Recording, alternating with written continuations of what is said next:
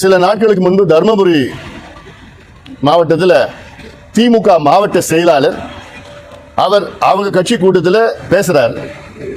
என்னன்னா, கலெக்டர், தருமபுரி கலெக்டரும் எஸ்பியும் என்னை கேட்காம எதுவும் செய்ய முடியாது, நான் சொல்கிறது தான் சட்டம், கீழே இருக்கிற அதிகாரிகள் நான் என்ன சொல்கிறேனோ அதை தான் நடைமுறைப்படுத்தணும்னு ஒரு 10வது படித்த திமுக மாவட்ட செயலாளர் ஐஏஎஸ் ஐபிஎஸ் படித்த அதிகாரிகளுக்கு கட்டளை எடுக்கிறார் என்றால் தமிழ்நாட்டில் என்ன இதுதான் திராவிட மாடல்? அவங்களுக்குலாம் வெட்கக்கேடு, இதெல்லாம் கேவலம்.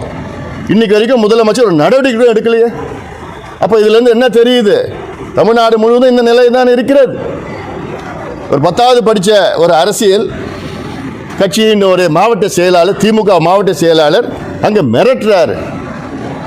இதில் என்ன சொல்றாரு? இது முதலமைச்சர் சொல்லி தான் நான் பேசுறேன்னு சொல்றார்.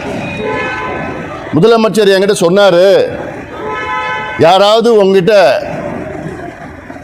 அதாவது அனுமதி பெறலை, அதாவது அதிகாரிகள் இவங்ககிட்ட அனுமதி பெறலைன்னா சொல்லு, நான் அந்த அதிகாரியை மாற்றிடுற நடவடிக்கை எடுக்கிறேன்னு முதலமைச்சர் சொன்னாருன்னு ஒரு கூட்டத்தில் ஒரு திமுக மாவட்ட செயலாளர் சொல்கிறாருன்னா, இன்னைக்கு வரைக்கும் அவர் மேலே நடவடிக்கை எடுக்கலைன்னா இப்போ இதுலேருந்து திமுக இதுதான் மோசமான ஒரு சூழல் இங்கே தமிழ்நாட்டில் நிலவை கொண்டு இருக்கிறது.